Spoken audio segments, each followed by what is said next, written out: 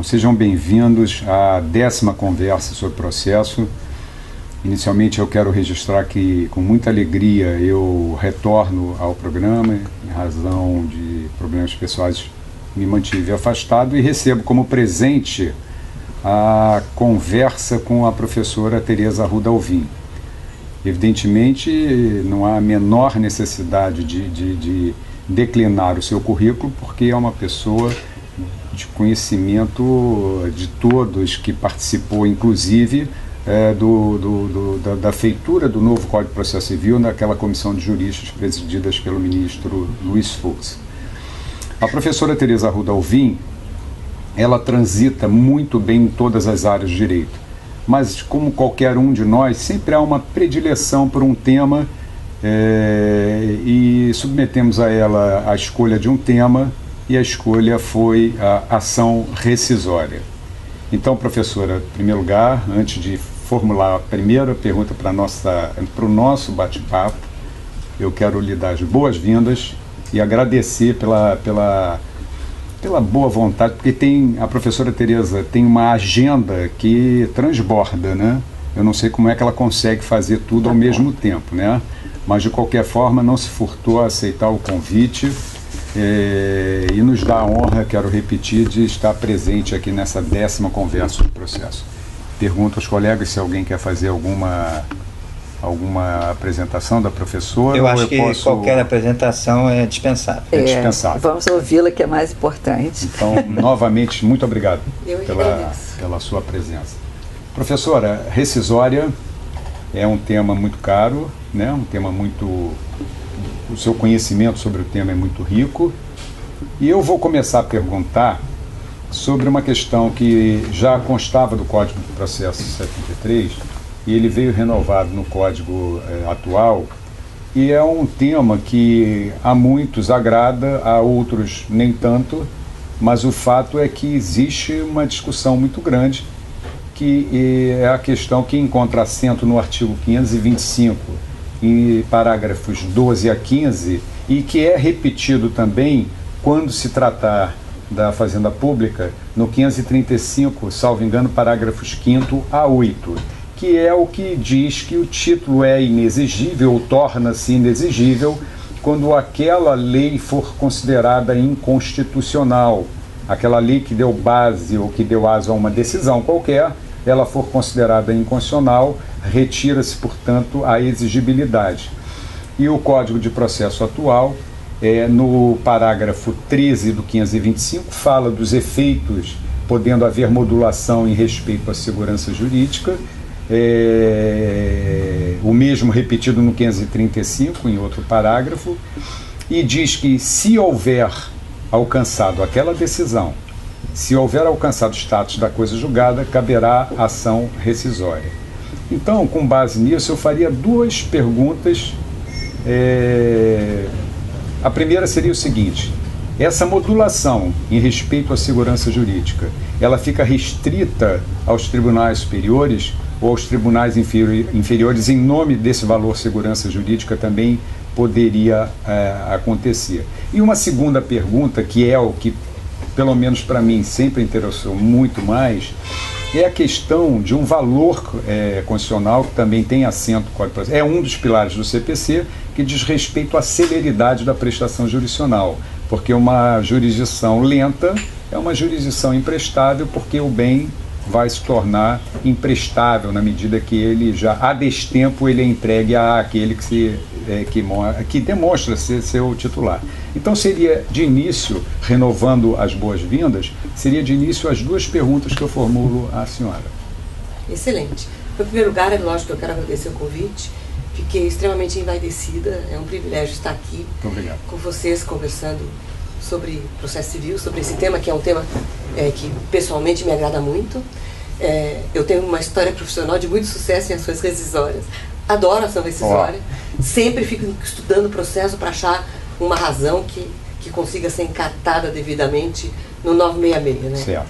E, de fato, é um tema de que eu gosto muito. Gosto de estudar e gosto de trabalhar em rescisória. E acho que o projeto de vocês é fantástico.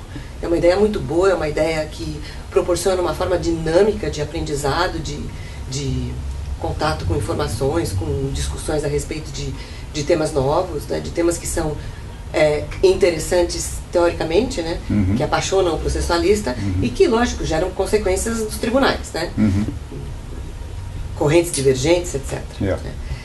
Então, mais uma vez, muito obrigada por terem me convidado. Nós é que agradecemos. Eu acho que esse dispositivo está muito melhor do que o modo como ele era regulado no código anterior, né? O código anterior não fazia distinção se era controle concentrado ou controle difuso. O código deixava em aberto, parecia que poderia se levantar esse problema mesmo depois de ter havido prazo para rescisória em sede de impugnação. Certo. Então porque muitos diziam por isso que a impugnação desempenharia um papel rescindente, enfim. A coisa estava mal regulada e normalmente essa é uma das razões que faz nascer correntes diferentes, etc. Né? Agora eu acho que o legislador melhorou e de fato ele criou esse particular, né? Um prazo diferenciado para a rescisória de sentença que se consubstancie em título executivo e que tenha sido baseada numa lei que posteriormente venha a ser tida como inconstitucional, em controle difuso ou em controle concentrado. Primeiro, observar, esse diferencial é o prazo, porque a lei diz que os 2 anos começam a contar da decisão que deu por inconstitucional a lei ou a interpretação que foi dada à lei no título, né? Isso. Bom, porque eu estava com uma coisa na cabeça, já fugiu. Mas daqui a pouco ele volta. Então, esse prazo, a lei, como a lei não dispõe a respeito de qualquer tipo de limite, a gente tem numa primeira leitura a impressão de que se houver uma ADIM daqui a 20 anos, os 2 anos começam a contar a partir daquele momento, né?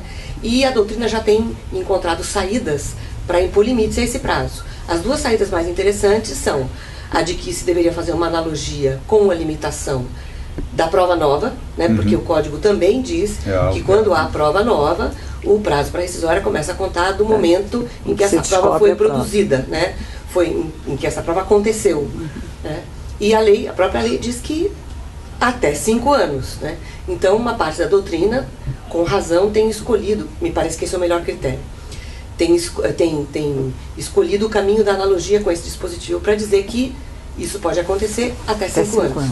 Porque senão fica muito aberto. Né? Senão fica muito loucura. Aberto, justamente. Senão se cria justamente uma insegurança jurídica do ponto de vista de as situações estarem eternamente em aberto. Exatamente. Né? Então se houver uma DIN daqui a 30 anos, eu vou poder entrar com ação rescisória. Agora, agora, só fazendo parênteses, a segurança jurídica também não é só isso, né? A segurança jurídica é um conceito extremamente amplo, que tem diversas facetas. E no meu entender, a isonomia é segurança jurídica. Então, por isso que eu sempre fui a favor do cabimento da rescisória. E sempre critiquei amargamente a súmula 343. Porque a mim me parece que o fato de eu poder ser beneficiada por uma decisão a respeito de uma tese jurídica igual à decisão do meu vizinho, que entrou em juízo para pleitear um direito com base na mesma tese jurídica, isso é isonomia. Então eu entro com uma ação e eu digo o tempo todo, olha, eu não vou pagar o tributo porque o tributo é inconstitucional. Junto parecer do fulano do Beltrano. O tributo é inconstitucional, o tributo é inconstitucional. O juiz fala, não é, o tributo é constitucional, pague. Aí vem uma DIN, eu não posso entrar com ação rescisória? Como? Eu estou anos dizendo que é inconstitucional e finalmente se reconhece nos tribunais que é mesmo inconstitucional. E eu fico fora? Eu sempre sustentei, né, com a maior paixão, na medida em que esses temas de fato despertam paixão na gente, você fala, não é uma coisa tão injusta, né? Então esse fulano, no meu entender, tem que ter direito à rescisória. Tá.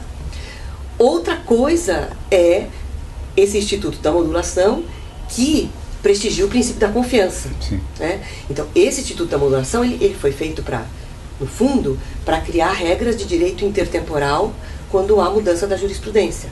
Porque se o juiz cria direito, né, como há regras de direito intertemporal para incidência da nova lei, tem que haver regras para incidência, entre aspas, da nova norma que o juiz cria. Né? E esse código, ele é todo baseado nessa ideia, né, de que o juiz cria direito, senão a modulação não teria sentido, né? Então eu, Supremo Tribunal Federal, eu vou decidir assim e vou modular os efeitos, porque eu sei que a minha decisão é um precedente. Então alguém vai invocar, e eu vou dizer, não invoque, porque eu decidi assim, mas eu já disse que eu vou decidir assim só daqui pra frente. Gente, me perdi totalmente. voltando lá, na história do prazo. Então tem essa posição, segundo a qual se deveria fazer uma analogia com essa regra que diz respeito à prova nova, e tem uma outra posição que é extremamente sustentável do ponto de vista dogmático, e boa, é uma boa saída, que é a posição do Nelson Neri. Né? Então ele diz que, na verdade, havendo coisa julgada, o prazo começa a correr. E se a ADIM é julgada, ou se há um pronunciamento incidente tanto, né, quanto à inconstitucionalidade dentro desses 2 anos, a partir desse momento começa a correr um novo prazo de 2 anos.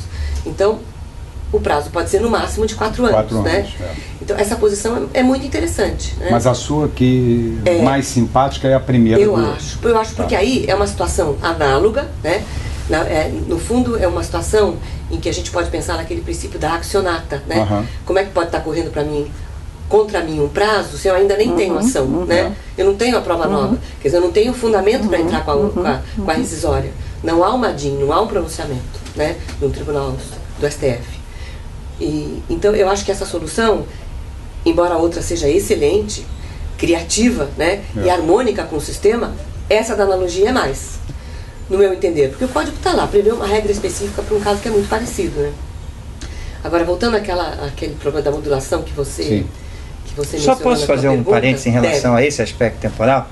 É que na doutrina tem o Alexandre Câmara, quando ele opina a respeito, ele fala exatamente dessa alternativa, de se fazer um paralelo com o 975, o parágrafo 2º, que estipula esse prazo de 5 anos, né, no caso da prova que foi descoberta, prova nova. Né? Agora, é interessante que ele faz uma observação no sentido de que isso é uma interpretação conjugada com 205 do Código Civil. Por quê? Ele acha que a gente não pode ignorar os prazos prescricionais, que é uma questão que tem, me parece, estreita relação com essa discussão. Por quê? Porque se você tem prazos prescricionais diferenciados para cada tipo de situação, certo? É por quê? Porque o legislador entendeu que aquelas situações específicas um prazo tem que ser maior e outro menor. Tá? Então, por que a gente tem que considerar um prazo único, independentemente da natureza do direito, quando a gente faz esse paralelo? Tá? Eu concordo com essa posição, mas eu acrescentaria uma terceira via, que seria no sentido de que fosse aplicado o prazo prescricional referente à natureza do direito. Tá? Porque como a analogia não é só ao 975, a analogia cogitada pela doutrina é em conjunto com 205 do Código Civil, eu acho que a gente pode ter uma interpretação nessa linha que está muito mais condizente com o direito. Tá? Porque o prazo da prescrição, ele tem correlação direta com o prazo que o direito fornece ao cidadão para ele defender o seu direito. Eu não vejo razão para tratar duas situações iguais de forma diferente. Quer dizer, para entrar com a ação eu tenho prazo prescricional. Agora, para entrar com a rescisória, eu tenho um prazo que pode ser maior ou menor. Decadencial. Né? É outra. Eu sei, mas hoje conceito, né? O Código Civil e o Código de Processo Civil aproximou muito a decadência da prescrição. Né? Hoje são institutos que antes eram primos, agora eu diria que são irmãos. Tá? Então, eu acho que esse tipo de distinção formal não me parece suficiente, mesmo porque tem situações que é difícil você distinguir se é de decadência ou prescrição. Então, eu acho que o mais correto seria jamais considerar que esse prazo não tem limite, porque isso seria totalmente incompatível com a ideia de segurança jurídica. Né?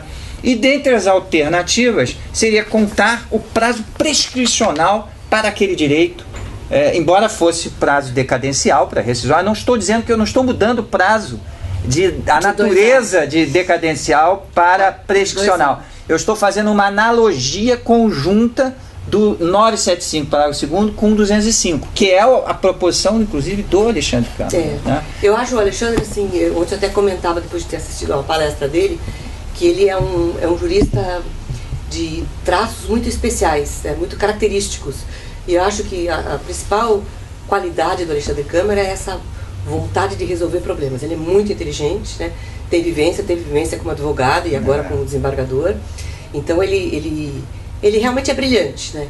Concordo com muitas. Às vezes, engraçado que ele brinca comigo, que eu mudei a vida dele. Porque uma vez eu disse para ele: escuta, Alexandre, o princípio da fungibilidade é aceitar um recurso pelo outro e não converter. Né? Porque a fungibilidade é isso, né? 10 sacas de soja. Tanto faz essas ou aquelas, né? É mesmo e tal, porque é o problema do agravo e da apelação, como faz, o agravo é interposto direto no tribunal, a apelação. E muitas vezes eu digo para ele: Alexandre, também encontrei uma saída aqui no teu livro, você também está mudando a minha vida. Mas nesse particular eu não concordo com ele, porque eu acho que realmente são prazos diferentes. Também acho que eles foram aproximados na medida em que hoje o juiz pode se pronunciar de ofício sobre a prescrição, mas são prazos que têm regimes jurídicos distintos. A prescrição corre contra menor, se interrompe, se suspende, isso continua, né? E a decadência não, né? E o código agora separa prescrição de decadência. Quer dizer, ao contrário do que fazia o código anterior, né, que colocava todos os prazos no artigo só e cabia ao intérprete morrer até saber qual seria de decadência e qual seria de prescrição. E tinha uma coisa que a gente aprendia na faculdade, acho que todos nós aqui devemos ter, muito provavelmente aprendemos isso, né? Prescrição extingue o direito, né? Prescrição a decadência extingue o direito e a prescrição extingue a ação. Né? Então a gente escutava isso, anotava no caderno. Agora eu sei a diferença entre prescrição e decadência, porque a prescrição extingue o direito e a decadência extingue o direito. Você vê que é tão importante o critério que a prescrição extingue a ação, a pretensão, e a decadência extingue o direito. Bom, a gente se forma, chega o cliente pra gente e fala: doutor, olha, está acontecendo isso na minha vida, eu tenho um prazo correndo contra mim. É prescrição ou é decadência? Aí a gente lembra da lição e diz: olha, é o seguinte, se for prescrição, o que vai se extinguir é o seu direito de ação. E se for decadência, o que vai se extinguir é o seu direito material. Aí o cliente fala: tá, mas no caso, o que é prescrição? Olha para você, cara, que interrogação, né? Porque no fundo esse é um critério de ciências naturais, em que você observa e fala: vamos ver, o prazo está ali, está terminando, o que ele vai pegar no final? Isso não acontece. Quer dizer, é tudo, a gente é que diz o que o prazo vai extinguir. Claro. Né? É uma construção humana, uma construção nossa. Né? Então, esse critério não prestava, continua não prestando. Hoje o legislador prestou-nos um grande favor de distinguir os dois prazos, e nesse particular eu tenho a impressão de que a solução do Alexandre Câmara mistura as coisas. Não, a solução do Alexandre Câmara é usar os 5 anos. Essa é uma terceira proposta que eu interpretei a partir da lição dele. Mas eu me lembro de ter lido alguma coisa. Não, ele fala sobre a analogia com o 205. Né? Mas a conclusão dele não é que deveria ser o prazo prescricional de cada direito previsto no Código Civil. A conclusão dele é que tem que ser 5 anos para todas as hipóteses. O Alexandre Câmara diz isso. Tá? Eu que estaria acrescentando essa alternativa, porque eu acho que, inclusive, por exemplo, a solução do Nelson Neri, ele fala que se for uma decisão do Supremo no curso do prazo da rescisória, o prazo volta a correr por 2 anos, isso é interrupção. E a gente aprendeu que prazo decadencial não se interrompe. É verdade. Então, quer dizer, as interpretações que estão sendo dadas são todas interpretações criativas. Um pequeno furo. Tá? Então, o que eu estou buscando é aquela que condiz mais com o que é razoável, até para um respeito ao princípio da isonomia, porque não me parece razoável que você dê um tratamento diferenciado para o direito à rescisória do direito de ação. Tá? Não faz o menor sentido para mim. Quer dizer, a gente tem que esperar 3 anos para a prescrição de uma ação indenizatória. Tá? Agora, para a rescisória são 5 anos. Isso não faz sentido. Mas olha, tem lógica. Eu acho só que tem uma pequena diferença. Esse prazo de 5 anos não é um prazo nem decadencial e nem prescricional. É um prazo dentro do qual tem que acontecer algo que é o reconhecimento da inconstitucionalidade da lei em que se baseou a decisão que transitou em julgado. Então esse prazo ele não é nem decadencial nem prescricional. Bem pensado. O prazo que é prescricional ou decadencial, e no caso é decadencial, é aquele que começa a correr a partir dali. Então não podemos misturar. E é irrelevante se a gente vai se basear, para mim, num prazo prescricional ou num prazo decadencial, para fixar esse prazo no intervalo dentro do qual deve ocorrer a decisão do Supremo reconhecendo a inconstitucionalidade. Então, acho que essa é uma discussão. Para mim, o mais importante é que prazo nós vamos fixar para essa decisão de inconstitucionalidade ocorrer. E eu acho que 10 anos é um prazo demais em nome da segurança jurídica. Eu acho que 5 anos, aí é uma questão muito mais de você. 5 anos é um prazo muito mais. Muito mais. Se você vai para o 205, você tem que defender, você tem que ver a hipótese, não é até em 10 anos ocorrer isso. E que seria, na minha visão, algo muito ruim. Na minha visão, né? Essa então, tese. Eu acho que os 5 anos é o melhor prazo para isso. O outro, ocorrer em 4 anos, é uma construção um pouco mais elaborada que você tem que justificar. Eu acho que tudo que você tem que justificar muito é porque não está legal, né? Porque a coisa que está legal, que se encaixa, você não precisa explicar, ela é autoexplicável. Quando você começa a ter que justificar... Qual é a discussão aqui? É uma discussão de cunho constitucional, porque o que está se defendendo, o que está se discutindo é a constitucionalidade desse dispositivo, porque ele viola o princípio da segurança jurídica. Tá? Então, essas interpretações seriam interpretações conforme a Constituição, de modo a evitar a declaração de inconstitucionalidade desse dispositivo. Daí essa ampla liberdade que tem sido preconizada por muitos, né? Fala-se dos iluministas do Supremo, né? Hoje, né? Daqueles que têm um pensamento mais voltado para o nosso tempo.